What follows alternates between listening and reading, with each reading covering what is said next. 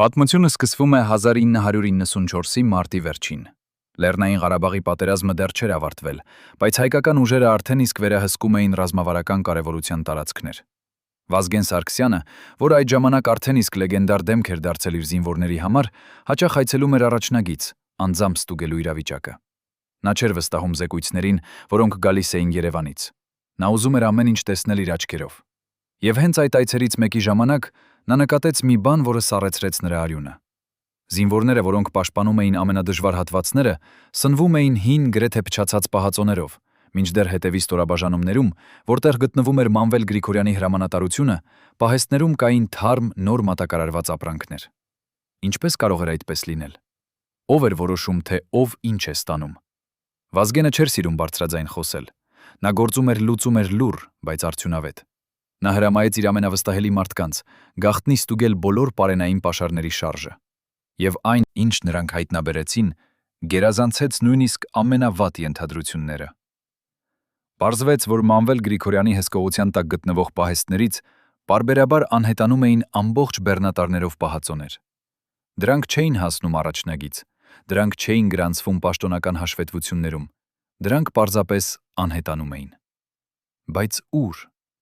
Վազգենի մարդիկ հետևեցին մի քանի բեռնատարների, եւ այն, ինչ նրանք տեսան, ցնցեց նրանց։ Բեռնատարները չէին գնում դեպի ռազմաճակատ, դրանք ուղղվում էին դեպի Երևան, դեպի մասնավոր պահեստներ, որտեղ այդ ապրանքները վերավաճառվում էին շուկայում։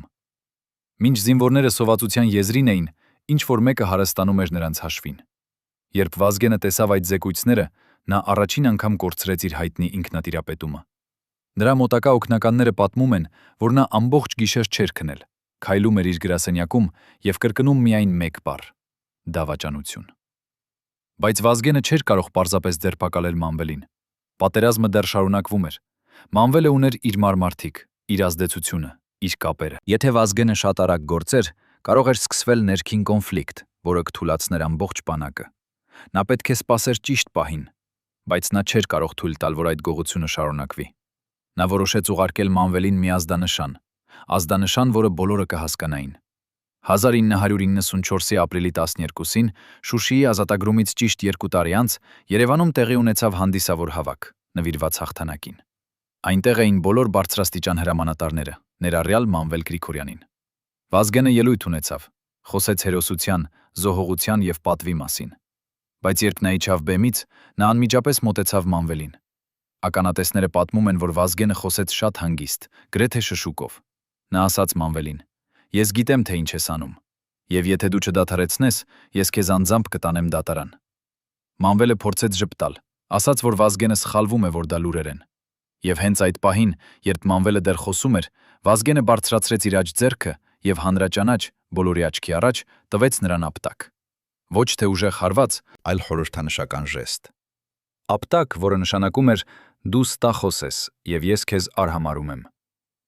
Սրահում տիրեց լռություն։ Բոլորը սառել էին։ Մանվելը կանգնած էր, դեմքը կարմրել էր, բայց նա չէր համարձակվում պատասխանել։ Ինչպես կարող էր նա պատասխանել սպարապետին, մարդուն, որին ողջ ժողովուրդը պաշտում էր որպես ազգային հերոս։ Վազգենը շրջվեց եւ հեռացավ, իսկ Մանվելը մնաց կանգնած իր ամոթի մեջ։ Բայց այդ պահից սկսվեց մի բան, որը շատերը չնկատեցին։ Մանվելը սկսեց ավելի զգույշ լինել։ Նա սկսեց ավելի լավ թաքցնել իր գործարքները։ Նա հասկացավ, որ Վազգենը նրան հետևում է, եւ նա սկսեց պլանավորել, թե ինչպես պաշտպանել իրեն, եթե Վազգենը որոշի գործել։ Բայց Վազգենը չգիտեր, որ ժամանակը սպառվում է։ Նա չգիտեր, որ 5 տարի անց, 1999 թվականի հոկտեմբերի 27-ին, նա ինքը չի լինի այլևս։ Նա չգիտեր, որ այն մարդիկ, ովքեր վախենում էին նրա արդարադատությունից, արդեն իսկ պլանավորում էին, թե ինչպես նրան հեռացնել։ Եվ նա չգիտեր, որ Մանվել Գրիգորյանը, այն մարդը, ում նա տվել էր ապտակ, կապրի եւս 20 տարի, շարունակելով իր գործերը, մինչև վերջապես արդարադատությունը կհասնի նրան։ Բայց արդյոք դա իսկական արդարադատություն էր, թե պարզապես ուշ եկած հատուցում։ Վազգեն Սարգսյանի անձնական արխիվում, որը պահվում է Հայաստանի ազգային արխիվում, կա մի նամակ, որը նա գրել է իր կնոջը 1994-ի մայիսին։ Այդ նամակում նա չի խոսում պատերազմի մասին, նա չի խոսում քաղաքականության մասին։ Նա գրում է մի բանի մասին, որը նրան ավելի շատ է տանջում, քան ցանկացած ռազմական պարտություն։ Ես տեսնում եմ, թե ինչպես մեր սեփական մարդիկը դավաճանում են մեր զինվորներին։ Ես տեսնում եմ, թե ինչպես նրանք, ովքեր պետք է պաշտպանեն հայրենիքը, գողանում են նրանցից, ովքեր իրենց կյանքը դնում են առաջնագծում։ Եվ ամենավատը, ես չեմ կարող դա կանգնեցնել, քանի որ եթե ես գործեմ հիմա, ամբողջ համակարգը կփլուզվի։ Այս նամակը երբեք չի հրապարակվել։ Ան մնաց ընտանիքի մասնավոր արխիվում, բայց այսօր, առաջին անգամ 35 տարվա ընթացքում, մենք ստացել ենք թույլտվություն ցույց տալ այդ փաստաթուղթը։ Երբ կարդում ես այդ տողերը, հասկանում ես Վազգենի ողբերգությունը։ Նա գիտեր ճշմարտությունը, նա տեսնում էր, թե ինչ է կատարվում, բայց նա չէր կարող գործել այնպես, ինչպես ուզում էր։ Նա գտնվում էր մի իրավիճակում, որտեղ ցանկացած սխալ քայլ կարող էր հանգեցնել աղետի։ Պատերազմը դեռ չէր ավարտվել։ Ադրբեջանական ուժերը դեռ փորձում էին հակահարձակումներ, եւ եթե հայկական բանակի ներսում սկսվեր կոնֆլիկտ, դա կարող էր նշանակել պարտություն։ Այդ պատճառով Վազգենը ստիպված էր սպասել։ Բայց նա չէր մոռանում։ Նա վարում էր իր սեփական գաղտնի ցուցակ այն մարդկանց, ովքեր դավաճանել էին զինվորներին։ Եվ Մանվել Գրիգորյանի անունը այդ ցուցակում էր առաջին տեղում։ Վազգենի մոտակա օգնականներից մեկը, ով այսօր համաձայնել է խոսել առաջին անգամ տեսախցիկի առջև, պատմում է մի դրվագ, որը երբեք չի հրապարակվել։ 1994-ի հունիսին, երբ պատերազմը արդեն իսկ մոտենում էր դադարի, Վազգենը հավաքեց իր ամենավստահելի հրամանատարներին։ Նա ասաց նրանց. «Երբ պատերազմը ավարտվի, մենք կունենանք մի աշխատանք։ Մենք պետք է մաքրենք մեր շարքերը։ Մենք պետք է պատժենք բոլոր նրանց, ովքեր շահագործել են այս պատերազմը իրենց անձնական հարստացման համար»։ Նա չասաց անուններ, բայց բոլորը հասկացան, թե ում մասին է խոսքը,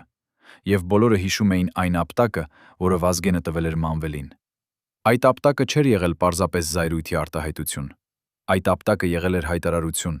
հայտարարություն, որ Վազգենը գիտի ամեն ինչ եւ որ հաշվեհարդարը կգա։ Բայց ինչու Վազգենը սպասեց։ Ինչու նա չգործեց անմիջապես։ Պատասխանը գտնվում է քաղաքական իրականության մեջ։ 1990-ական թվականների Հայաստանը չէր նման այսօրվա Հայաստանին։ Այն ժամանակ երկիրը նոր էր անկախացել։ Պետական կառույցները դեռ ձևավորվում էին, եւ ամենակարևորը, բանակը չէր ենթարկվում միայն մեկ հրամանատարության։ Կային տարբեր խմբավորումներ, տարբեր հրամանատարներ, ովքեր ունեին իրենց սեփական ազդեցությունը, իրենց սեփական մարդկանց։ Մանվել Գրիգորյանը չէր պարզապես մի գեներալ։ Նա ուներ կապեր բիզնես շրջանակներում,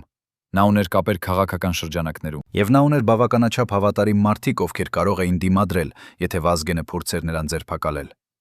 Վազգենը հասկանում էր, որ եթե նա շատ արագ գործի, կարող է սկսվել ներքին պատերազմ։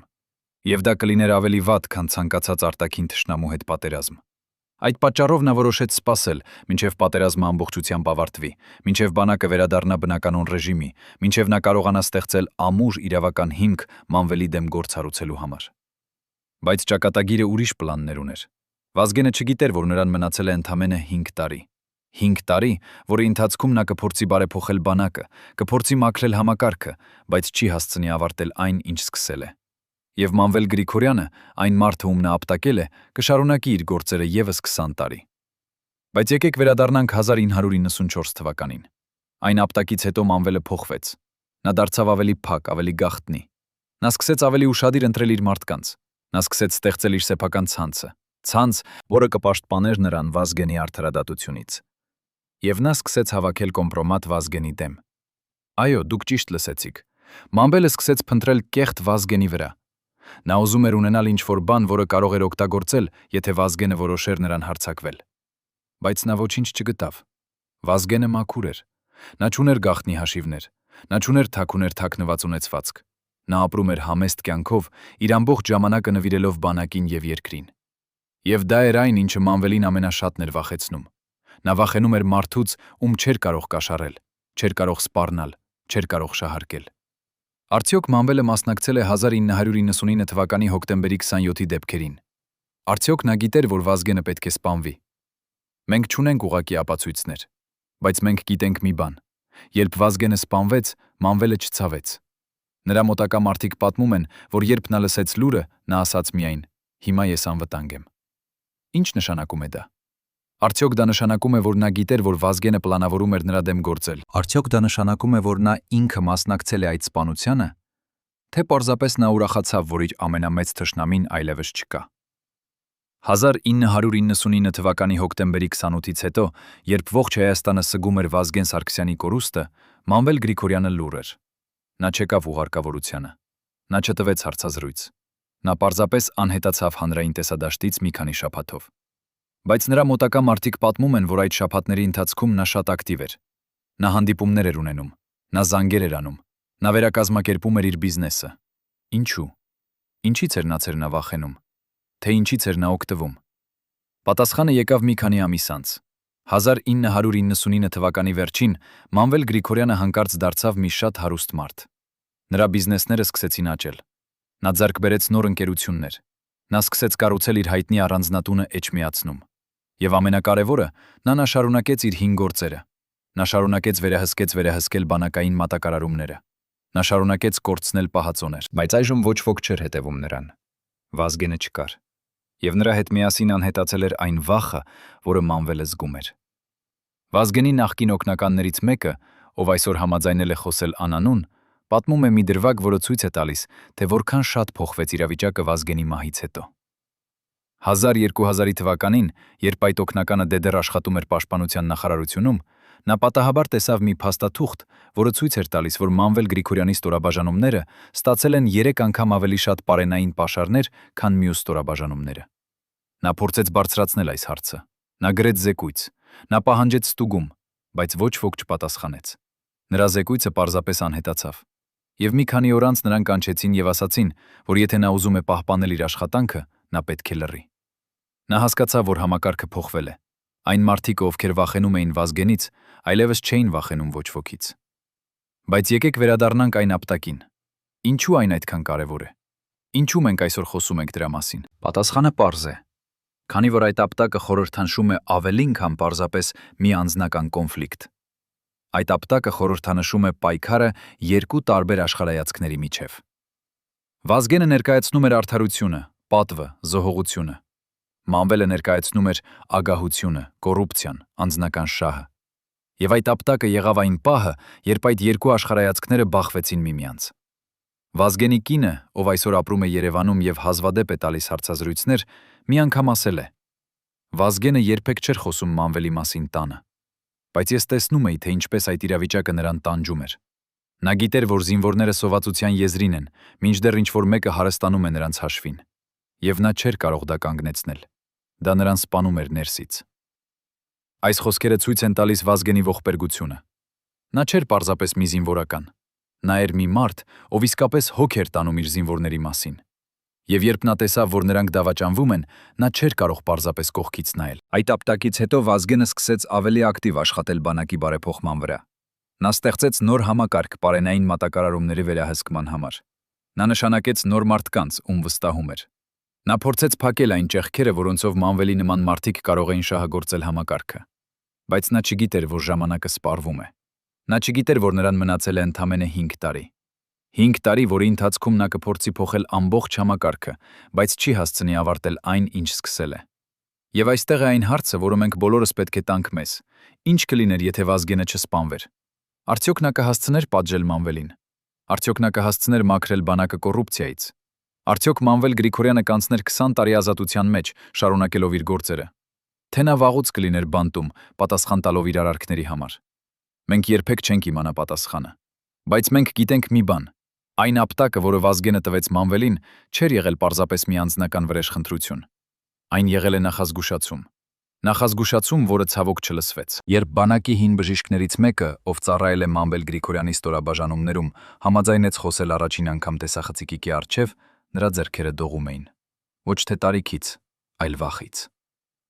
Ես 30 տարի սպասեցի այս պահին, ասաց նա, քանի որ գիտեի, եթե խոսեմ շուտ, կարող էի անհետանալ, ինչպես անհետացան մյուսները։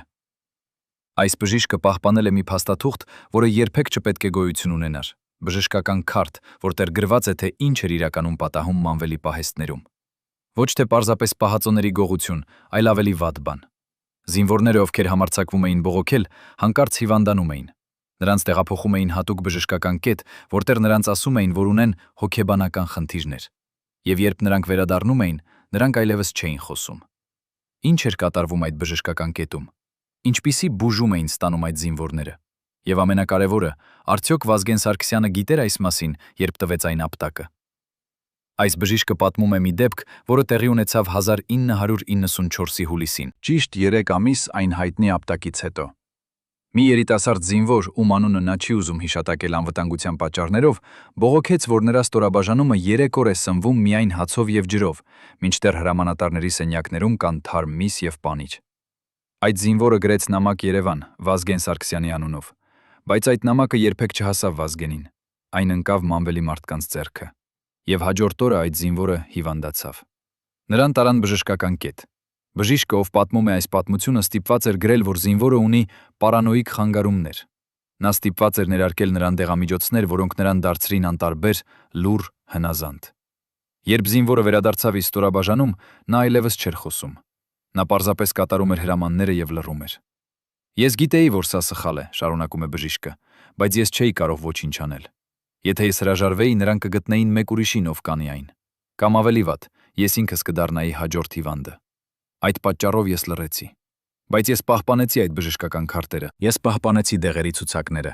ես պահպանեցի ամեն ինչ, քանի որ գիտեի, մի օր այս ապացույցները կպետք են։ Այսօր, 30 տարի անց, այդ փաստաթղթերը գտնվում են մեր ձեռքում, եւ դրանք ցույց են տալիս մի համակարգ, որը չէր պարզապես գողանում զինվորներից, այն ճնշում էր նրանց, ով համարձակվում էր խոսել։ Արդյոք Վազգենը գիտեր այս մասին։ Եթե գիտեր, ինչու նա չգործեց ավելի կտրուկ։ Թե նա չգիտեր, եւ դա է պատճառը, որ նա տվեց միայն ապտակ, այլ ոչ թե ձերբակալեց Մանվելին։ Պատասխանը գտնվում է մեկ այլ փաստաթղթում, որը պահվում է անվտանգության ծառայության արխիվում։ 1994-ի օգոստոսին Վազգենը պահանջեց ամբողջական զեկույց Մանվել Գրիգորյանի ստորաբաժանումների մասին։ Նա ուզում էր իմանալ ամեն ինչ, պարենային մատակարարումները, բժշկական սպասարկումը, զինվորների բողոքները, ամեն ինչ։ Եվ այն, ինչ նա ստացավ, ցնցեց նույնիսկ նրան։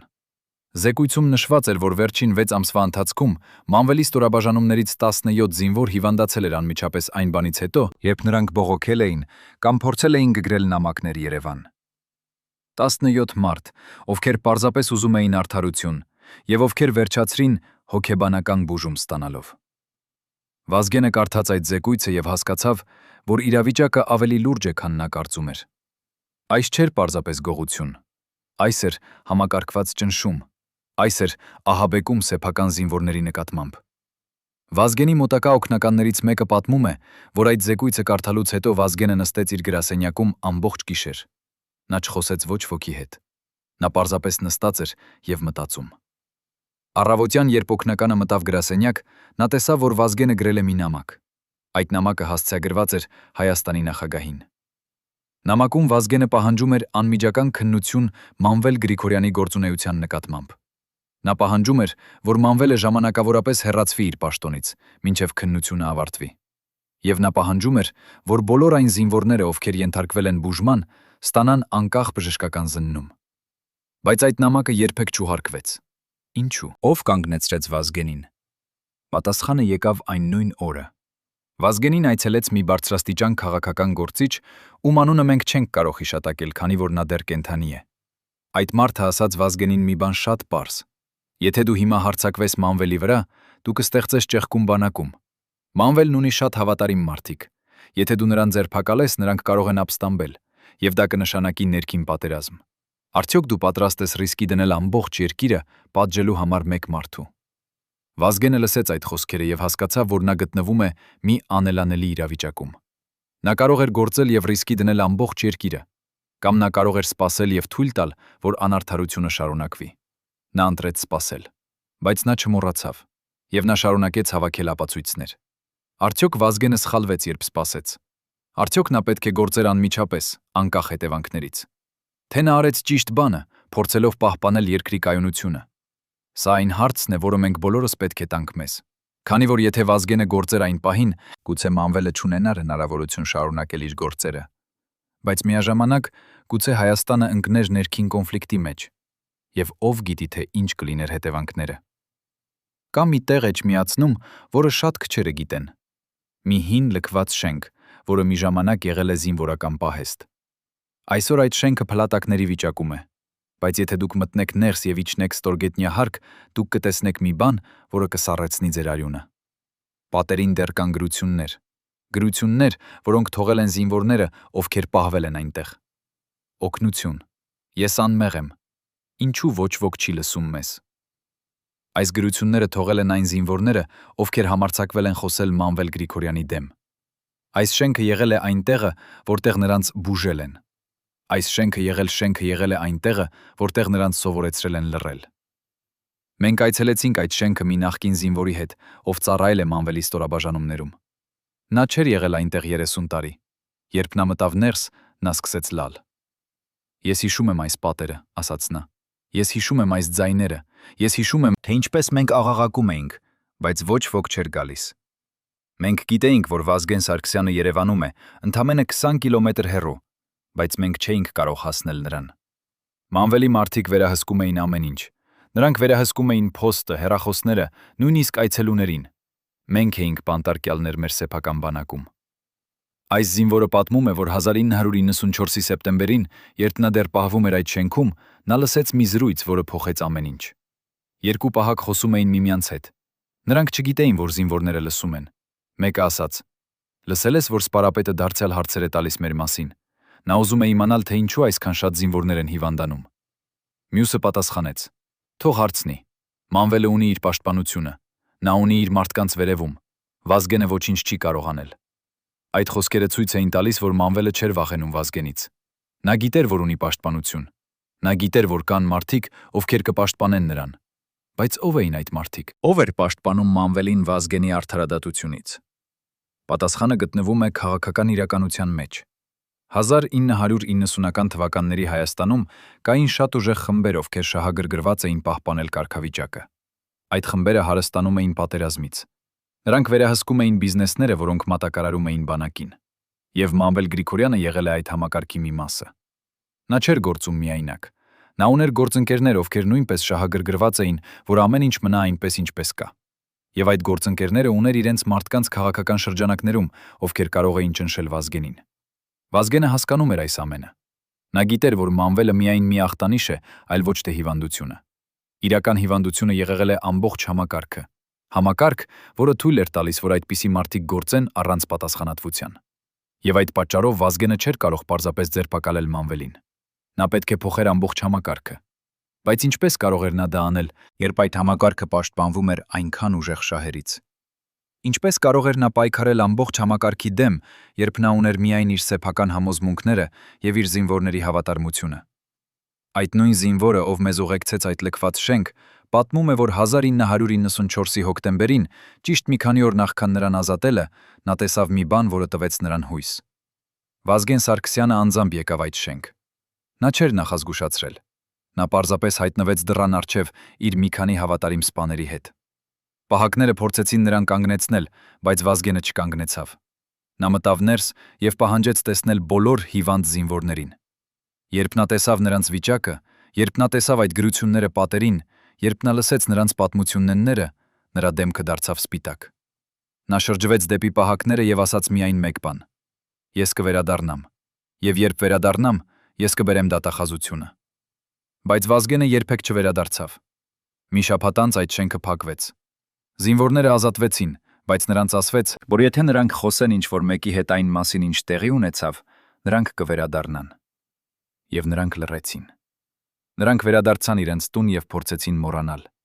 Բայց ինչպես կարող ես մոռանալ այն, երբ դու տեսել ես, որ արդարադատությունը այդքան մոտ էր, բայց երբեք չեկավ։ Ինչպես կարող ես մոռանալ, երբ դու տեսել ես, որ Վազգեն Սարգսյանը, միակ մարդը, ով կարող էր քեզ փրկել, խոստացավ վերադառնալ, բայց երբեք չվերադարձավ։ Արդյոք Մանվել Գրիգորյանը գիտեր Վազգենի այդ այցի մասին։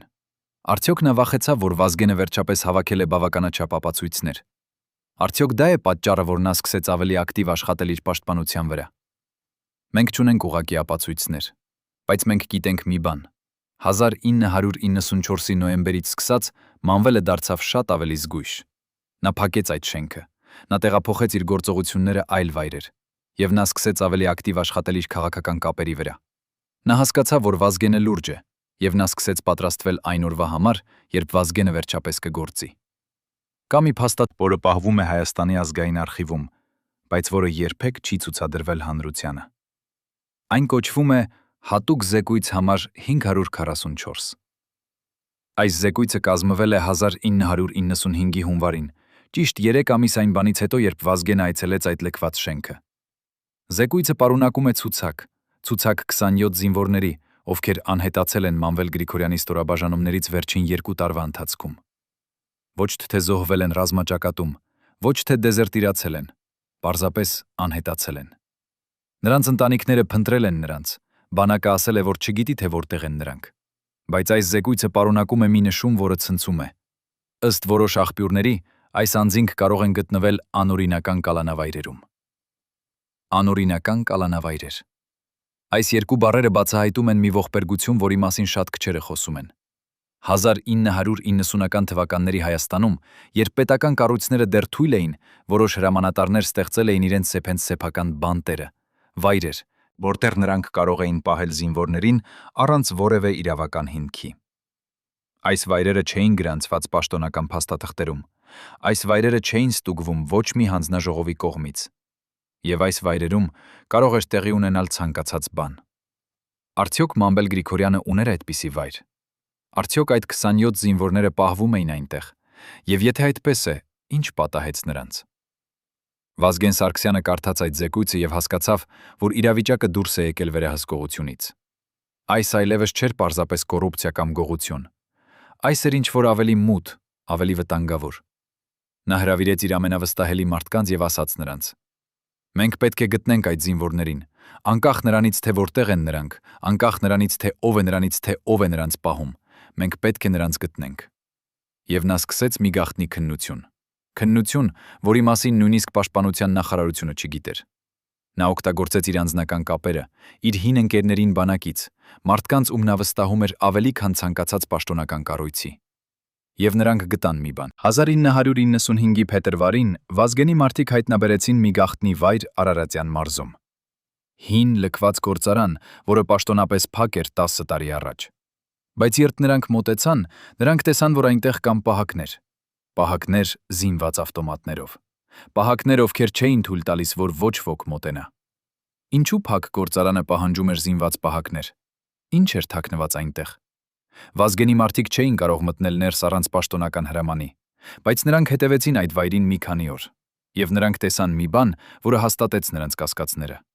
Ամեն 3 օրը մեկ գիշերը գալիս էր մի բեռնատար։ Բեռնատարից իջնում էին մարդիկ զինվորական համազգեստով, բայց առանց կոչումների, առանց տարբերանշանների։ Նրանք մտնում էին գործարան եւ մնում մի քանի ժամ։ Երբ նրանք դուրս էին գալիս, նրանք տանում էին մեծ պայուսակներ։ Ինչ կար այդ պայուսակներում։ Վազգենի մարդիկ փորձեցին մոտենալ ավելի մոտ, բայց պահակները նկատեցին նրանց եւ սկսեցին հարցեր տալ։ Նրանք ստիպված էին հեռանալ։ Բայց նրանք արդեն իսկ տեսել էին բավականաչափ։ Նրանք վերադարձան Վազգենի մոտ եւ պատմեցին այն, ինչ տեսել էին։ Եվ Վազգենը որոշեց, որ եկել է ժամանակը գործելու։ 1995-ի մարտի 15-ին Վազգեն Սարգսյանը իր 10 ամենավստահելի սպաների հետ անձամբ գնաց այդ գործարան։ Նա ուներ պաշտոնական հրաման ստուգել բոլոր զինվորական օբյեկտները Արարատյան մարզում։ Երբ նրանք հասան գործարան, պահակները փորձեցին նրանց կանգնեցնել, բայց Վազգենը ցույց տվեց իր հրամանը եւ ասաց. «Եթե դուք չբացեք այդ դռները հիմա, ես կհամարեմ ձեզ որպես դավաճաններ եւ կձերբակալեմ»։ Պահակները տեսան Վազգենի դեմքը, տեսան նրա սպաների զենքերը եւ հնքերը եւ հասկացան, որ նրանք չունեն ընտրություն։ Նրանք բացեցին դռները։ Այն, ինչ Վազգենը տեսավ ներսում, ցնցեց նույնիսկ նրան մարդուն, ով տեսել էր պատերազմի բոլոր սարսափները։ Գործարանի ստորգետնյա հարկում կային խցեր, փոքր խավար խցեր, որտեղ պահվում էին մարդիկ։ Ոչ թե ռազմագերիներ, ոչ թե թշնամիներ, հայ զինվորներ։ Երիտասարդ տղաներ, ովքեր պետք է պաշտպանեին իրենց հայրենիք, բայց ովքեր փոխարենը դարձել էին բանտարկյալներ իրենց սեփական հրամանատարների ձեռքում։ Նրանք էին նիհար, հիվանդ, վախեցած։ Երբ նրանք տեսան Վազգենին, նրանցից ոմանք սկսեցին լալ։ Մյուսները պարզապես կանգնած էին լռության մեջ, չհավատալով, որ ինչ-որ մեկը վերջապես եկել է նրանց փրկելու։ Վազգենը հարցրեց նրանցից. «Ով ձեզ բերեց այստեղ։ Ով է պատասխանատու այս ամենի համար»։ Եվ նրանք բոլորը տվեցին նույն պատասխանը. Մանվել Գրիգորյանի մարդիկ։ Վազգենը շրջվեց դեպի պահակները եւ հարցրեց. «Որտեղ է ձեր հրամանատարը»։ Պահակները ասացին, որ չգիտեն, բայց Վազգենը չհավատաց։ Նա հրամայեց իր սպաներին ձերբակալել բոլոր պահակներին, եւ նա հրամայեց տեղափոխել բոլոր զինվորներին հիվանդանոց, անմիջապես։ Այդ օրը Վազգենը փրկեց 11 զինվորների։ 11 կյանք, որոնք կարող էին կորչել, եթե նա չգործեր։ Բայց ուր էին մյուս 16-ը։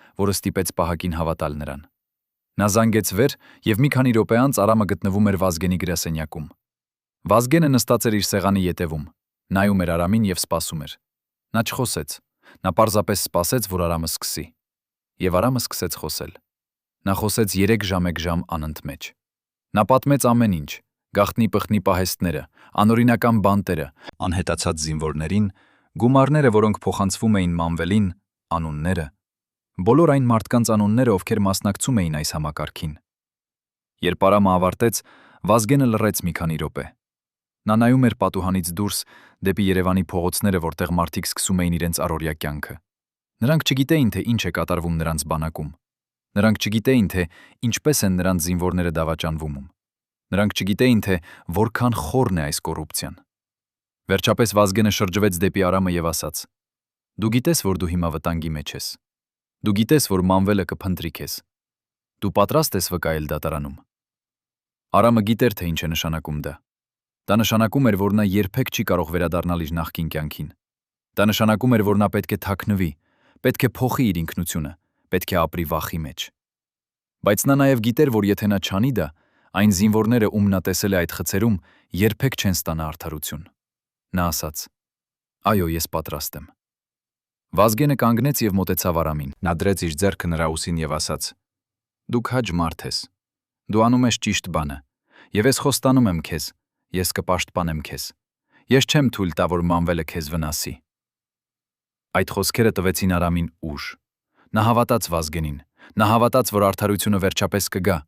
բայց նա չգիտեր, որ Վազգենին մնացել է ընդամենը 4 տարի եւ 7 ամիս։ Նա չգիտեր, որ այն ուժերը, որոնք պաշտպանում էին Մանվելին, արդեն իսկ պլանավորում էին, թե ինչպես հեռացնել Վազգենին։ Եվ նա չգիտեր, որ իր սեփական կյանքը նույնպես վտանգի մեջ է։ Վտանգ, որը շատ ավելի մեծ է, քան նա կարող էր պատկերացնել։ Վազգենը հրամայեց իր ամենավստահելի մարդկանց պաշտպանել Արամին։ Նրանք տեղափոխեցին նրան մի գաղտնի վայր, փոքր բնակարան Երևանի ծայրամասում, որտեղ ոչ ոք չէր կարող գտնել նրան։ Բայց Մանվելի ցանցը ավելի լայն էր, քան Վազգենը կարծում էր։ 1995-ի ապրիլի 25-ին, ընդամենը 5 օր այն բանից հետո, երբ Արամը խոսեց Վազգենի հետ, ինչ-որ մեկը գտավ այդ բնակարանը։ Պահակները, ովքեր պաշտպանում էին Արամին, հայտնաբերեցին, որ դուռը բացված է։ Նրանք մտան ներս եւ տեսան, որ Արամը չկա։ Նրա անձնական իրերը այնտեղ էին, նրա հագուստները այնտեղ էին, բայց Արամը անհետացել էր։ Ոչ մի նշան պայքարի, ոչ մի արյուն, ոչ մի ապացույց։ Նա պարզապես անհետացել էր, ինչպես անհետացել էին այն 16 զինվորները, ում մասին խոսում էր զեկույցը։ Երբ Վազգենը լսեց այս լուրը, նա առաջին անգամ կորցրեց իր ինքնատիրապետումը բոլորի աչքի առջև։ Նրա օգնականները պատմում են, որ նա հարվածեց իր ձեռքով սեղանին այնքան ուժգնորեն, որ ապակին ճաքեց։ Նա աղաղակեց. «Ես խոստացել էի նրան։ Ես ասել էի, որ կպաշտպանեմ նրան, եւ ես ծախողեցի»։ Բայց դա չէր պարզապես անձնական ծախողում։ Դա էր ազդանշան։ Ազդանշան, որ Մանվելի ուժը ավելի մեծ էր, քան Վազգենը կարծում էր։ Ազդանշան, որ կային մարդիկ, ովքեր պաշտպանում էին Մանվելին նույնիսկ Վազգենի դեմ։ Եվ ազդանշան, որ եթե Վազգենը շարունակի այս ճանապարհով, նա ինքը կարող է դառնալ հաջորդ թիրախը։ Բայց Վազգենը չվախեցավ։ Նա զայրացավ։ Նա հրամայեց անմիջական քննություն Արամի անհետացման մասին։ Նա պահանջեց, որ ստուգվեն բոլոր Մանվելի ստորաբաժանումները, բոլոր նրա պահեստները, բոլոր նրա կապերը։ Բայց ամեն անգամ, երբ նրա մարդիկ մոտենում էին ինչ-որ բանի, նրանք հանդիպում էին պատին։ Փաստաթղթերը անհետանում էին, վկաները հրաժարվում էին խոսել։ Պաշտոնական կառույցները ասում էին, որ չունեն իրավասություն։ Եվ Վազգենը հասկանում էր, որ նա պայքարում է ոչ թե մեկ մարդու դեմ, այլ ամբողջ համակարգի դեմ։ Համակարգ, որը խորը արմատներ ուներ քաղաքականության, բիզնեսի եւ նույնիսկ արդարադատության մեջ։ Ինչպես կարող էր նա պայքարել այդպիսի համակարգի դեմ։ Ինչպես կարող էր նա հաղթել, երբ նույնիսկ նրա սեփական մարդիկը չէին անվտանգ։ Արամի անհետացումից հետո մյուս 11 մարդիկ, ովքեր գիտեին Մանվելի գաղտնիքները, հասկացան, որ նրանք պետք է ընտրեն լռել կամ մեռնել։ Նրանցից 9 ընտրեցին լռել։ Նրանք շարունակեցին ծառայել Մանվելին, շարունակեցին պահպանել նրա գաղտնիքները, շարունակեցին ապրել վախի մեջ։ Բայց երկու քաջ մարդիկ, ովքեր չէին կարող ավելի լռել, որոշեցին փախչել։ Նրանք թողեցին Հայաստանը գիշերվա մեջ, առանց ասելու ոչ ոքին։ Նրանք գնացին Ռուսաստան, հետո Եվրոպա, հետո ավելի հեռու։ Եվ նրանք երբեք չվերադարձան։ Այսօր 30 տարի անց նրանցից մեկը դեռ ապրում է, բայց նա հրաժարվում է խոսել։ Նա ասում է. «Ես գիտեմ, որ Մանվելը բանտում է, բայց ես նաև գիտեմ, որ նրա ցանցը դեռ գործում է, եւ ես չեմ ուզում, որ իմ ընտանիքը վտանգի մեջ լինի։ Սա ցույց է տալիս, թե որքան խորն է այս վախը, որքան երկար է այս ստվերը, որը Մանվել Գրիգորյանը թողել է Հայաստանի վրա։ Կա մի արխիվ, որը գտնվում է անվտանգության ծառայության շենքի ամենախորը ստորգետնյա հարկում։ Այդ արխիվը կոչվում է Հատուկ հավաքածու համար 544։ Նույն համարը, որը կրում էր այն զեկույցը անհետացած զինվորների մասին։ Այս արխիվում պահվում են փաստաթղթեր, որոնք երբեք չեն ցուցադրվել հանրությանը։ Փաստաթղթեր, որոնք պարունակում են ճշմարտությունը Մանվել Գրիգորյանի գործունեության մասին։ Փաստաթղթեր, որոնք կարող էին ուղարկել նրան բանտ դեռ 1990-ական թվականներին, եթե դրանք երբևէ օգտագործվեին դատարանում։ Բայց այդ փաստաթղթերը երբեք չօգտագործվեցին։ Ինչու՞։ Ով որոշեց, որ այդ փաստաթղթերը պետք է մնան թաքնված։ Եվ ամենակարևորը, ինչ է գրված այդ փաստաթղթերում, որ այդքան վտանգավոր է։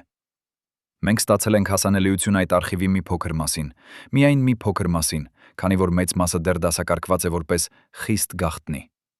Բայց նույնիսկ այն, ինչ մենք տեսանք, բավական է հասկանալու, թե ինչու այդ փաստաթղթերը երբեք չօգտագործվեցին։ Այնտեղ կան ցուցակներ։ Ցուցակներ բոլոր այն մարդկանց, ովքեր ստացել են գումար Մանվելից։ Եվ այդ ցուցակներում կան անուններ, որոնք ցնցում են։ Բարձրաստիճան քաղաքական գործիչներ, բարձրաստիճան զինվորականներ, նույնիսկ դատավորներ եւ դատախազներ։ Այս մարդիկ բոլորը ստացել են գումար Մանվելից։ Ինչու՞։ Ինչ էին նրանք անում նրա համար։ Պատասխանը պարզ է։ Նրանք պաշտպանում էին նրան։ Նրանք ապահովում էին, որ նա երբեք չհայտնվի դատարանում։ Նրանք ապահովում էին, որ ցանկացած քննություն նրա դեմ կանգնեցվի։ Եվ նրանք ապահովում էին, որ ցանկացած վկա, ով համարձակվի խոսել, անհետանա։ Այս ցուցակներում կա նաև մի անուն, որը բացատրում է, թե ինչու Վազգեն Սարգսյանը չկարողացավ պատժել Մանվելին։ Այդ անունը պատկանում է մի շատ բարձրաստիճան պաշտոնյայի, մարդու, ով 1990-ական թվականներին ուներ ուղղակի հասանելիություն նախագահին։ Այս մարդը ստացել է Մանվելից ավելի քան $2 միլիոն 5 տարվա ընթացքում։ $2 միլիոն, այն ժամանակ, երբ միջին աշխատավարձը Հայաստանում էր $30 ամսական։ Ինչ էր անում այս մարդը այդ գումարի դիմաց։ Նա ապահովում էր, որ Մանվելը մնա անձեռնմխելի։ Նա ապահովում էր, որ ցանկացած հրաման Մանվելի ձերբակալման մասին երբեք չստորագրվի։ Եվ նա ապահովում էր, որ Վազգեն Սարգսյանը, անկախ նրանից, թե որքան ապացույցներ ունի, երբեք չկարողանա գործել։ Վազգենը գիտեր այս մասին։ Գիտեր նա, որ նրա սեփական կառավարության ներսում կա մի մարդ, ով աշխատում է Մանվելի համար։ Մենք չունենք վերջնական ապացույց, բայց կա մի փաստաթուղթ, մի նամակ, որը Վազգենը գրել է 1995-ի մայիսին, մի ամիս Արամի անհետացումից հետո։ Այդ նամակում, որը հասցեագրված է եղել նախագահին, բայց երբեք չի ուղարկվել, Վազգենը գրում է.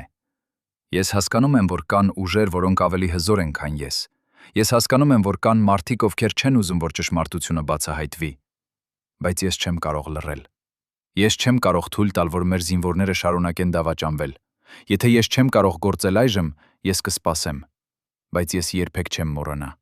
Եվ մի օր, երբ ժամանակը գա, ես կապահով եմ, որ արդարությունը տեղի ունենա։ Այս խոսքերը ցույց են տալիս Վազգենի վճռականությունը։ Նա չէր հրաժարվում, նա չէր մոռանում։ Նա պարզապես սպասում էր ճիշտ պահին, բայց ճակատագիրը ուրիշ պլաններ ուներ։ Վազգենին մնացել էր ընդամենը 4 տարի եւ 6 ամիս։ 4 տարի եւ 6 ամիս, որի ընթացքում նա կդառնա վարչապետ, կփորձի բարեփոխել ամբողջ համակարգը, կփորձի մաքրել կոռուպցիան, բայց չի հասցնի ավարտել այն, ինչ սկսել է։ Եվ այդ չավարտված գործը կմնա որպես նրա ամենամեծ ողբերգությունը։ Քանի որ եթե Վազգենը ապրեր ավելի երկար, եթե նա ունենար ավելի շատ ժամանակ, Մանվել Գրիգորյանը երբեք չունենար հնարավորություն շարունակել իր գործերը եւս 20 տարի։ Այդ արխիվում կա նաև մեկ այլ փաստաթուղթ, որը շատ քչերը տեսել են։ Այն կոչվում է վերջնական զեկույց։ Այս զեկույցը կազմվել է 1999 թվականի հոկտեմբերի 28-ին, ճիշտ 1 օր Վազգեն Սարգսյանի մահից հետո։ Զեկույցը ստորագրված է անվտանգության ծառայության ղեկավարի կողմից եւ հասցեագրված է նախագահին։ Զեկույցում նշված է, որ Վազգեն Սարգսյանի անձնական արխիվում գտնվել են փաստաթղթեր, որոնք վերաբերում են Մանվել Գրիգորյանի գործունեությանը։ Այդ փաստաթղթերը ներառում են ապացույցներ գողության, անօրինական բանտերի, անհետացած զինվորների եւ կոռուպցիայի մասին։ Զեկույցը առաջարկում է, որ այդ փաստաթղթերը տեղափոխվեն անվտանգության ծառայության արխիվ եւ դասակարգվեն որպես խիստ գաղտնի։ Պատճառը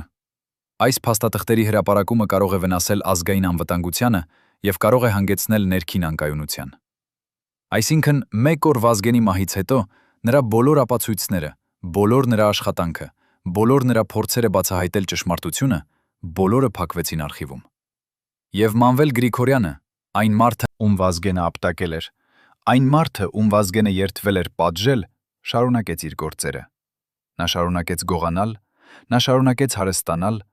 եւ նա շարունակեց ապրել առանց պատասխանատվության, մինչև 1217 թվականը, երբ վերջապես արդարադատությունը հասավ նրան։ Բայց արդյոք դա իսկական արդարադատություն էր։ Արդյոք 20 տարի ուշ եկած պատիժը կարող է փոխհատուցել այն բոլոր զոհերին, ում Մանվելը դավաճանեց։ Արդյոք դա կարող է վերադարձնել այն զինվորներին, ովքեր անհետացան։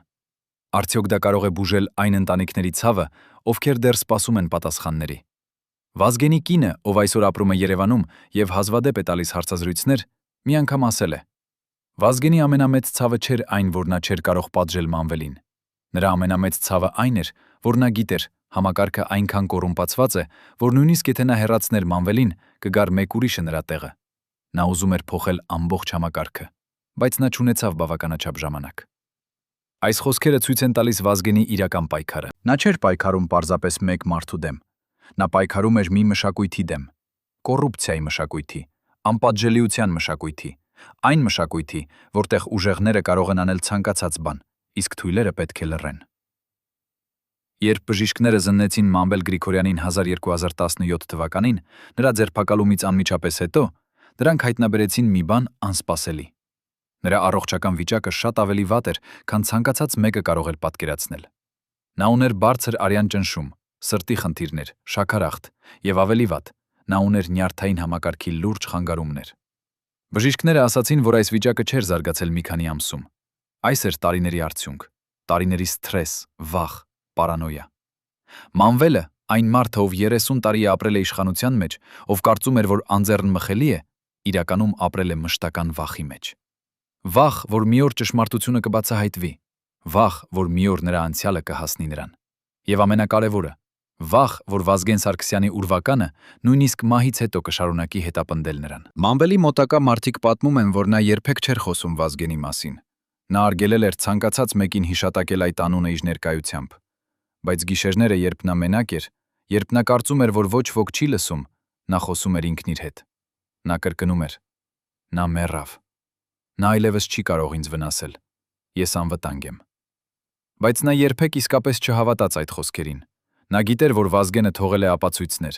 Նա գիտեր, որ ինչ-որ տեղ, ինչ-որ արխիվում կան փաստաթղթեր, որոնք կարող են ոչնչացնել նրան։ Եվ նա ապրում էր մշտական վախի մեջ, որ մի օր այդ փաստաթղթերը կգտնվեն։ 1999 թվականից հետո Մանվելը փոխեց իր վարքագիծը։ Նա դարձավ ավելի փակ, ավելի գաղտնի։ Նա սկսեց ավելի քիչ վստահել մարդկանց։ Նա սկսեց ավելի շատ ժամանակ անցկացնել իր առանձնատանը էջմիածնում։ Այն առանձնատանը, որտեղ հետագայում կգտնվեին այն հայտնի տուշոնկաները։ Նա շրջապատեց իրեն պահակներով, տեսախցիկներով, պատերով։ Նա ստեղծեց իր սեփական փոքր ամրոցը։ Բայց նա չէր կարող պաշտպանվել իր սեփական մտքերից։ Նա չէր կարող փախչել իր սեփական հիշողություններից։ Եվ նա չէր կարող մոռանալ այն ապտակը, որը Վազգենը տվել էր նրան 1994-ին։ Այդ ապտակը հետապնդում էր նրան։ Ոչ թե ֆիզիկական ցավը, այն վաղուց անցել էր, այլ խորհրդանշական նշանակությունը։ Այդ ապտակը եղել է հանրային նվաստացում։ Այդ ապտակը եղել է հայտարարություն, որ Վազգենը գիտի ճշմարտությունը։ Եվ այդ ապտակը եղել է նախազգուշացում, որ մի օր հաշվեհարդարը կգա։ Մանվելը ապրեց 24 տարի այդ նախազգուշացման հետ։ 24 տարի, որի ընթացքում նա փորձեց թաքցնել իր անցյալը, փորձեց ջնջել ապացույցները, փորձեց գնել լռությունը։ Բայց նա չէր կարող գնել իր սեփական խղճի լռությունը։ Նա չէր կարող ջնջել իր սեփական հիշողությունները։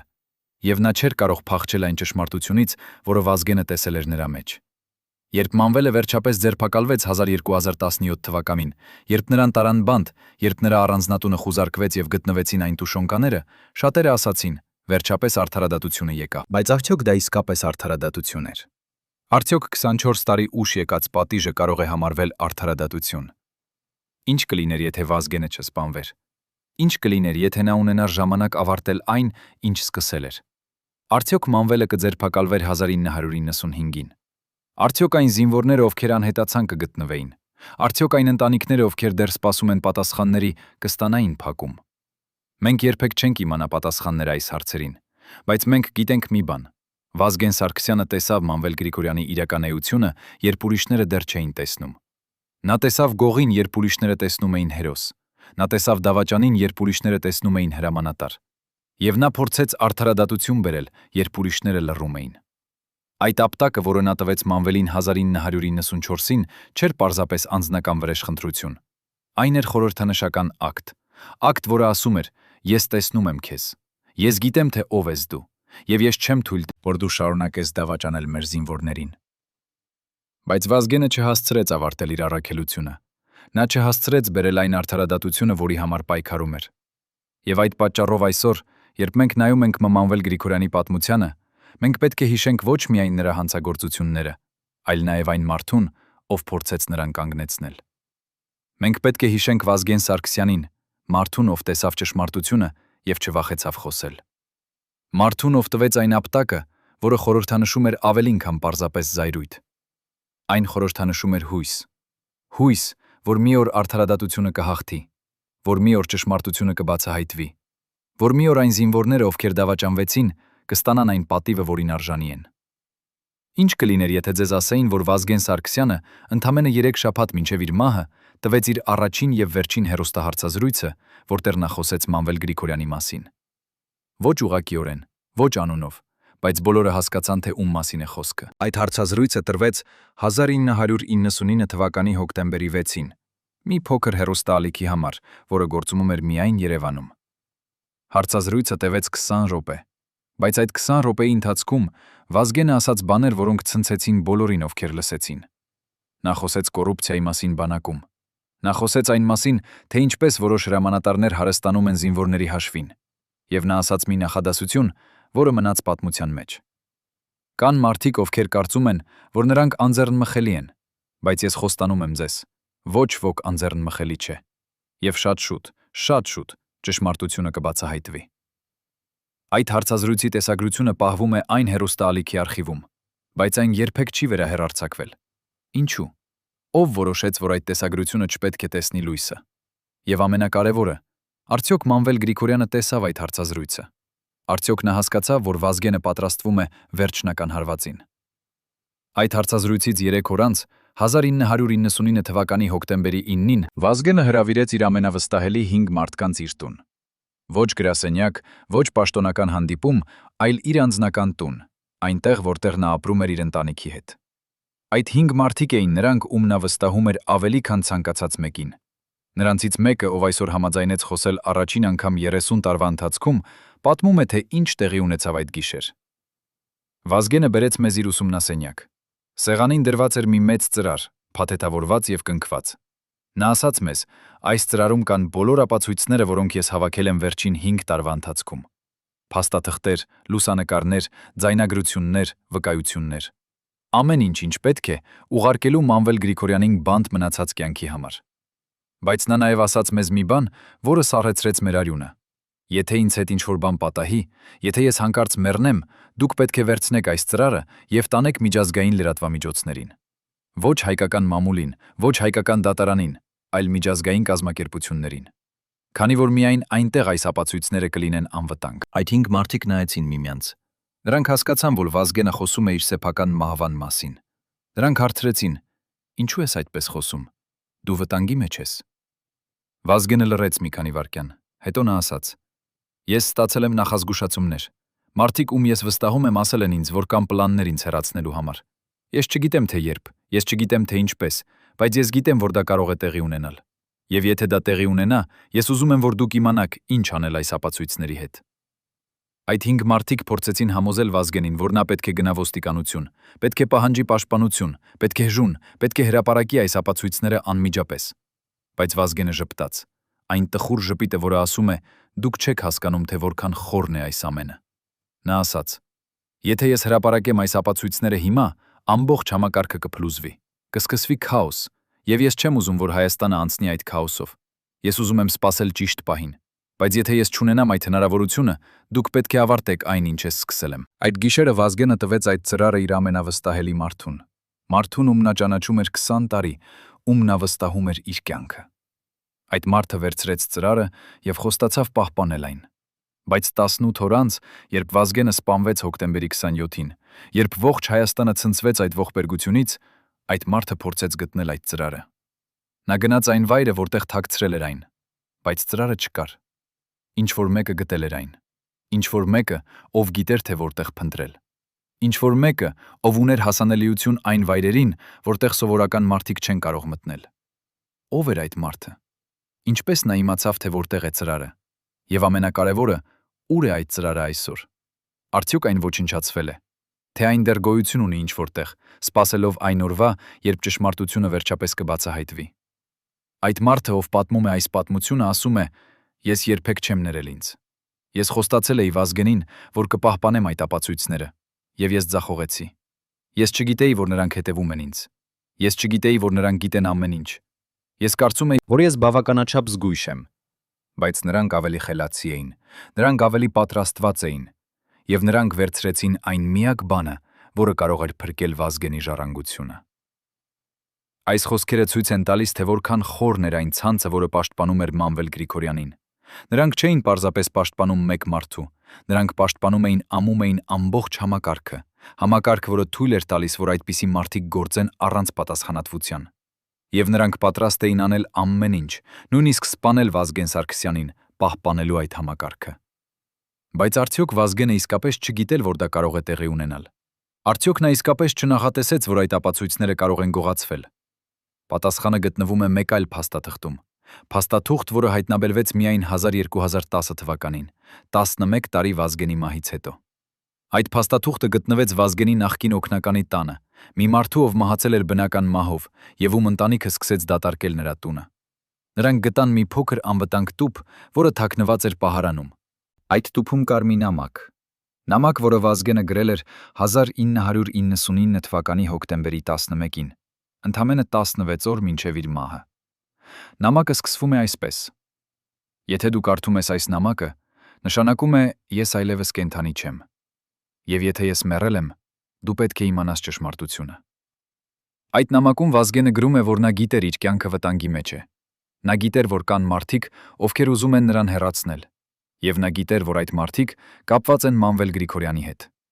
Բայց նա նաև գրում է մի բան, որը շատերը չգիտեին. «Ես ստեղծել եմ երկու ծրար, մեկը, որը տվեցի իմ վստահելի մարդուն, եւ մեկ ուրիշը, որը թաքցրել եմ այնպիսի վայրում, որտեղ ոչ ոք երբեք չի փնտրի։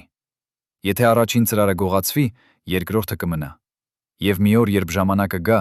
երբ Հայաստանը պատրաստ լինի լսել ճշմարտությունը, այդ ծրարը կգտնվի»։ Այս խոսքերը ցույց են տալիս, որ Վազգենը ավելի խելացի էր, քան նրա թշնամիները կարծում էին։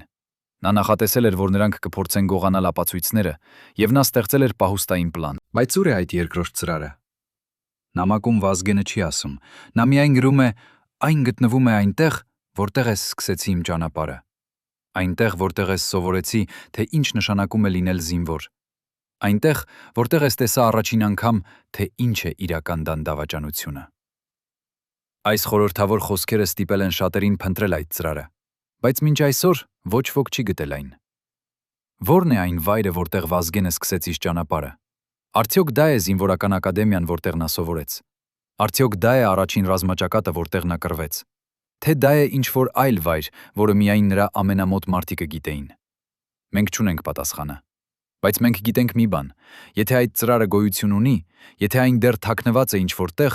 ապա Մանվել Գրիգորյանի պատմությունը դեռ ավարտված չէ։ Ապա դեռ կա հույս, որ ամբողջ ճշմարտությունը կբացահայտվի։ Կա մի տեղ Արցախում, փոքր գյուղ Մարտունու մոտ, որտեղ Վազգեն Սարգսյանը անցկացրեց իր առաջին ամիսները որպես հրամանատար 1991 թվականին։ Այդ գյուղում կա մի հին եկեղեցի, որը վնասվել էր պատերազմի ժամանակ, բայց երբեք չի վերականգնվել։ Տեղացի բնակիչները պատմում են, որ Վազգենը հաճախ գալիս էր այդ եկեղեցի, նստելու լռության մեջ, մտածելու, աղոթելու։ Նրանք ասում են, որ նա սիրում էր այդ վայրը, քանի որ այնտեղ նա կարող էր լինել միայնակ, հեռու պատերազմի աղմուկից, հեռու քաղաքականության խաղերից։ Եվ նրանք ասում են, որ 1999 թվականի հոկտեմբերի սկզբին, ընդամենը մի քանի շաբաթ մինչև իր մահը, Վազգենը վերջին անգամ այցելեց այդ եկեղեցի։ Նա եկավ միայնակ, առանց պահակների, առանց օգնականների։ Նա մտավ եկեղեցի եւ մնաց այնտեղ 2 ժամ։ Երբ նա դուրս եկավ, տեղացի բնակիչներից մեկը տեսավ, որ նա տանում է մի փոքր պայուսակ, որը նա չուներ, երբ մտավ։ Այդ բնակիչը, ով այսօր ապրում է Ստեփանակերտում, պատմում է. «Ես տեսա սպարապետին։ Նա դուրս եկավ եկեղեցուց եւ նայեց շուրջը, կարծես ուզում էր համոզվել, որ ոչ ոք չի նայում։ Հետո նա քայլեց դեպի իր մեքենան եւ հեռացավ։ Ես չմտածեցի այդ մասին այն ժամանակ, բայց երբ նա սպանվեց մի քանի շաբաթ անց, ես հիշեցի այդ օրը։ Եվ ես սկսեցի մտածել. Արդյոք նա թաքցրեց ինչ-որ բան այդ եկեղեցում։ Արդյոք այդ պայուսակը դատարկ էր, երբ նա դուրս եկավ, թե նա թողեց ինչ-որ բան այնտեղ։ Այս պատմությունը տարածվեց Արցախում։ Շատերը գնացին այդ եկեղեցի փնտրելու, բայց ոչ ոք ոչինչ չգտավ։ Եկեղեցին փոքր է, վնասված է, եւ այնտեղ շատ քիչ վայրեր կան, որտեղ կարելի է թաքցնել ինչ-որ բան։ Բայց գուցե դա է կետը։ Գուցե Վազգենը ընտրեց այդ վայրը հենց այն պատճառով, որ ոչ ոք չէր մտածի փնտրել այնտեղ։ 1215 թվականին մի խումբ պատմաբաններ որոշեցին լուրջ քննել այդ եկեղեցին։ Նրանք բերեցին հատուկ սարքավորումներ, մետաղի դետեկտորներ, ռադարներ, որոնք կարող են տեսնել պատերի ետևը։ Եվ նրանք գտան մի բան։ Եկեղեցու հատակի տակ, մոտավորապես 2 մետր խորությամբ, կար մի փոքր խոռոչ, որը չէր բնական։ Ինչ-որ մեկը փորել էր այն, ինչ-որ մեկը ստեղծել էր այդ տարածությունը։ Բայց երբ նրանք փորձեցին փորել, տեղական իշխանությունները կանգնեցրին նրանց։ Նրանց ասացին, որ եկեղեցին պատմական հուշարձան է եւ չի կարելի վնասել այն։ Նրանց ասացին, որ նրանք պետք է ստանան հատուկ թույլտվություն։ Բայց այդ թույլտվությունը երբեք չտրվեց։ Ինչու՞։ Ով չուզում էր, որ այդ խոռոչը բացվի։ Ով վախենում էր, որ այնտեղ կարող է գտնվել ինչ-որ բան, որը կփոխի ամեն ինչ։ Այսօր 30 տարի Վազգենի մահինի մահից հետո այդ եկեղեցին դեռ կանգուն է։ Այդ խոռոչը դեռ չի բացվել։ Եվ այն գաղտնիքը, որը գուցե թաքնված է այնտեղ, դեռ սպասում է բացահայտման։ Բայց կա մի բան, որը մենք գիտենք։ Վազգեն Սարգսյանը չէր այն մարդը, ով կթողներ, որ ճշմարտությունը մնա թաքնված հավերժ։ Նա չէր այն մարդը, ով կհրաժարվեր իր պայքարից։ Եվ եթե նա իսկապես թաքցրեց այդ ապացույցները այնտեղ, ապա նա նաև թողեց ուղի, որը մի օր կտանի մեզ դեպի ճշմարտությունը։ Գուցե այդ ուղին գտնվում է այն նամակում, որը նա գրեց։ Գուցե այն գտնվում է այն խոսքերում, որոնք նա ասաց իր վերջին հարցազրույցում։ Կամ գուցե այն գտնվում է ինչ-որ այլ վայրում, որը մենք դեռ չենք հայտնաբերել։ Բայց մի բան հստակ է. Վազգենի պայքարը չավարտվեց նրա մահով։ Նրա պայքարը շարունակվում է այսօր, մեր միջոցով, մեզանով, ովքեր փնտրում ենք ճշմարտությունը։ Նրա պայքարը շարունակվում է ամեն անգամ, երբ ինչ-որ մեկը համարձակվում է խոսել կոռուպցիայի դեմ։ Նրա պայքարը շարունակվում է ամեն անգամ, երբ ինչ-որ մեկը պահանջում է արդարություն։ Եվ նրա պայքարը շարունակվում է ամեն անգամ, երբ մենք հիշում ենք այն ապտակը, որը նա տվեց Մանվել Գրիգորյանին։ Ապտակ, որը խորհրդանշում էր ավելին, քան պարզապես զայրույթ։ Այն խորհրդանշում էր հույս, արդարություն, ճշմարտություն։ Եվ այդ խորհրդանիշը երբեք չի մեռնի, քանի դեռ կան մարդիկ, ովքեր հավատում են դրան։ Երբ Մանվել Գրիգորյանը մահացավ բանտում 1219 թվականի հունիսին, 2 տարի իր ձերբակալումից հետո, շատերը ասացին. վերջապես այս պատմությունը ավարտվեց։ Բայց արդյոք այն իսկապես ավարտվեց։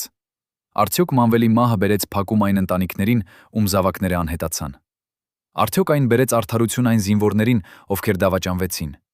Արդյոք այն բերեց պատասխաններ այն հարցերին, որոնք դեռ հետապնդում են մեզ։ Պատասխանը՝ ոչ։ Քանի որ Մանվելի մահը չէր վերջը։ Այն էր միայն մեկ գլուխ։ Մի գլուխ, որը փակվեց առանց բոլոր պատասխանները տալու։ Մանվելի ընտանիքը, նրա կինը եւ երեխաները շարունակում են պնդել, որ նա անմեղ էր։ Նրանք ասում են, որ այն տուշոնկաները, որոնք գտնվեցին նրա առանձնատանը, չէին նրա սեփականությունը։ Նրանք ասում են, որ ինչ-որ մեկը դրեց դրանք այնտեղ նրան թակարդելու համար։ Նրանք ասում են, որ Մանվելը զոհ էր քաղաքական խաղերի։ Բայց նրանք չեն պատասխանում այն հարցերին, որոնք իսկապես կարևոր են։ Ուր են այն 16 զինվորները, ովքեր անհետացան։ Ինչ պատահեց Արամին, այն մարդուն, ով համարձակվեց խոսել։ Ինչու Վազգեն Սարգսյանի ապացույցները երբեք չօգտագործվեցին դատարանում։ Եվ ամենակարևորը, ով էին այն մարդիկը, ովքեր պաշտպանում էին Մանվելին այդ բոլոր տարիների ընթացքում։ Այսօր, 30 տարի այն ապտակից հետո, որը Վազգենը տվեց Մանվելին, Հայաստանը դեռ փնտրում է պատասխաններ։ Մենք դեռ փնտրում ենք այն անհետացած զինվորներին։ Մենք դեռ փնտրում ենք այն ապացույցները, որոնք Վազգենը թաքցրեց։ Մենք դեռ փնտրում ենք ճշմարտությունը, որը թաքնված է եղել այդքան երկար։ Բայց գուցե այդ փնտրտուքը ինքնին է կարևորը։ Գուցե այն փաստը, որ մենք չենք դադարում փնտրել, ցույց է տալիս, որ Վազգենի ժառանգությունը դեռ ապրում է։ Գուցե այն փաստը, որ մենք դեռ հիշում ենք, դեռ հարցնում ենք, դեռ պահանջում ենք արդարություն, նշանակում է, որ նրա պայքարը չէր ընդունակ։ Վազգենի կինը, ով այսօր ապրում է Երևանում եւ հազվադեպ է տալիս հարցազրույցներ, մի անգամ ասել է. Վազգենը չէր պայքարում Մանվելի դեմ։ Նա պայքարում էր մի համակարգի դեմ, համակարգի, որը թույլ էր տալիս, որ այդպիսի մարդիկ գործեն։ Եվ այդ համակարգը դեռ գոյություն ունի։ Այդ պատճառով նրա պայքարը դեռ շարունակվում է։ Այս խոսքերը ճշմարիտ են։ Քանի որ Մանվել Գրիգորյանը չէր միակ մարդը, ով շահագործեց համակարգը։ Նա չէր միակ մարդը, ով հարստացավ զինվորների հաշվին։ Նա չէր միակ մարդը, ով ապրեց անպատժելիության մեջ։ Նա պարզապես էր ամենահայտնի օրինակը։ Բայց կային ուրիշներ։ Եվ որոշները դեռ այնտեղ են, դեռ գործում են, դեռ պաշտպանված են, դեռ սպասում են, որ ժամանակը կանցնի եւ բոլորը կմոռանան։ Բայց մենք չենք մոռանա։ Մենք չենք կարող մոռանալ։ Քանի որ ամեն անգամ, երբ մենք տեսնում ենք կոռուպցիա, ամեն անգամ, երբ մենք տեսնում ենք անարդարություն, ամեն անգամ, երբ մենք տեսնում ենք, որ ուժեղները շահագործում են թույլերին, մենք հիշում ենք Վազգեն Սարգսյանին։ Մենք հիշում ենք այն մարդուն, ով համարձակվեց կանգնել եւ ասել ոչ։ Մենք հիշում ենք այն մարդուն, ով տվեց այն ապտակը, որը խորհրդանշում էր ավելին, քան պարզապես զայրույթ։ Եվ մենք հիշում ենք, որ նրա պայքարը դեռ չի ավարտվել։ Քանի դեռ կան հարցեր առանց պատասխանների, քանի դեռ կան ընտանիքներ, որոնք սպասում են իրենց զավակներին, քանի դեռ կա ճշմարտություն, որը թաքնված է, Վազգենի պայքարը շարունակվում է։ Եվ գուցե մի օր, երբ ժամանակը գա, երբ Հայաստանը պատրաստ լինի լսել ամբողջ ճշմարտությունը,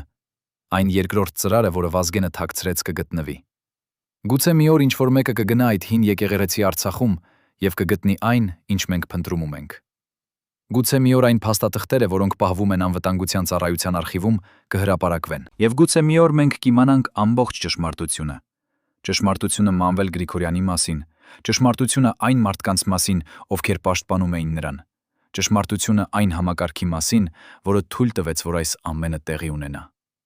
Բայց մինչ այդ օրը գա, մենք պետք է շարունակենք հարցնել, շարունակենք փնտրել, շարունակենք պահանջել արդարություն, քանի որ դա է այն, ինչ Վազգենը կուզեր։ Դա է այն, ինչի համար նա պայքարեց, եւ դա է այն, ինչի համար նա զոհեց իր կյանքը։ Նա չուզեց, որ մենք մոռանանք, նա ուզեց, որ մենք հիշենք, եւ նա ուզեց, որ մենք շարունակենք այն պայքարը, որը նա սկսեց։ Այդ պատճառով այսօր, երբ մենք նայում ենք այն ապտակին, որը նա տվեց Մանվել Գրիգորյանին, մենք չենք տեսնում պարզապես մի անձնական կոնֆլիկտ։ Մենք տեսնում ենք խորհրդանիշ։ Խորհրդանիշ, որը ներկայացնում է պայքարը արդարության համար, պայքարը ճշմարտության համար, պայքարը այն համակարգի դեմ, որը թույլ է տալիս, որ անարդարությունը շարունակվի։ Եվ այդ խորհրդանիշը երբեք չի մեռնի, քանի դեռ մենք հիշում ենք։ 1994-ի ապրիլի 12-ին, երբ Վազգեն Սարգսյանը տվեց այն ապտակը Մանվել Գրիգորյանին, ոչ ոք չէր կարող պատկերացնել, թե ինչ կլիներ հետևանքները։ Ոչ ոք չէր կարող պատկերացնել, որ 5 տարի անց Վազգենը կսպանվի։ Ոչ ոք չէր կարող պատկերացնել, որ Մանվելը կշարունակի իր գործերը եւս 20 տարի։ Եվ ոչ ոք չէր կարող պատկերացնել, որ 30 տարի անց մենք դեռ կխոսենք այդ ապտակի մասին, ապտակի, որը դարձավ խորհրդանիշ։ Այսօր Մանվել Գրիգորյանը այլևս մեզ հետ չէ։ Նա մահացավ բանտում, երբեք չպատասխանելով բոլոր հարցերին, որոնք մենք ունեինք։ Վազգեն Սարգսյանը նույնպես այլևս մեզ հետ չէ։ Նա սպանվեց, երբեք չավարտելով այն պայքարը, որը սկսել էր։ Բայց նրանց պատմությունը դեռ ապրում է։ Նրանց պատմությունը դեռ սովորեցնում է մեզ։ Եվ նրանց պատմությունը դեռ հիշեցնում է մեզ, թե ինչու մենք երբեք չպետք է դադարենք պայքարել արդարության համար։ Այն զինվորները, ովքեր անհետացան, երբեք չվերադարձան։ Նրանց ընտանիքները դեռ սպասում են։ Նրանց մայրերը դեռ հույս ունեն։ Եվ մենք, որպես հասարակություն, Դեռ պարտական ենք նրանց։ պարտական ենք գտնել ճշմարտությունը, պարտական ենք բերել արդարություն, պարտական ենք ապահովել, որ այն, ինչ պատահեց նրանց, երբեք չկրկնվի։ Դա է մեր պարտականությունը։ Դա է մեր պարտքը Վազգեն Սարգսյանի հանդեպ։ Եվ դա է մեր պարտքը բոլոր այն զինվորների հանդեպ, ովքեր դավաճանվեցին։ Բայց կա նաև մի հույս։ Հույս, որ մի օր ճշմարտությունը կբացահայտվի։ Հույս, որ մի օր այն ապացույցները, որոնք Վազգենը թաքցրեց, կգտնվեն։ Հույս, որ մի օր մենք կիմանանք ամբողջ պատմությունը, ոչ միայն Մանվելի մասին, այլ նաև այն համակարգի մասին, որը թույլ տվեց, որ նա գործի։ Եվ հույս, որ երբ այդ օրը գա, մենք կունենանք քաջություն անել այն, ինչ պետք է, բերել արդարություն, փոխել համակարգը, ապահովել, որ այս ողբերգությունը երբեք չկրկնվի։ Մինչ այդ, մենք պետք է շարունակենք հիշել, մենք պետք է շարունակենք հարցնել, եւ մենք պետք է շարունակենք պայքարել։ Քանի որ դա է այն, ինչ Վազգենը կուզեր, դա է այն, ինչի համար նա ապրեց, եւ դա է այն, ինչի համար նա մնչի համար նա մեռավ։ Նրա ժառանգությունը չէ այն ապտակը, որը նա տվեց։ Դրա ժառանգությունը է այն պայքարը, որը նա սկսեց։ Պայքար, որը դեռ շարունակվում է։ Պայքար, որը մենք պետք է շարունակենք։ Պայքար, որը մենք երբեք չպետք է լքենք։ Հարգելի հեռուստադիտողներ, եթե դուք հետևել եք այս ողբերգական պատմությանը մինչև վերջ, գրեք մեկնաբանություններում, թե որ քաղաքիցից եք։ Մեզ համար կարևոր է իմանալ, թե որտեղ է Վազգեն Սարգսյանը դեռ հիշվում։ Եվ բաժանորդագրվեք ալիքին, չբաց թողնելու ճշմարտությունը պատմության կուռքերի մասին։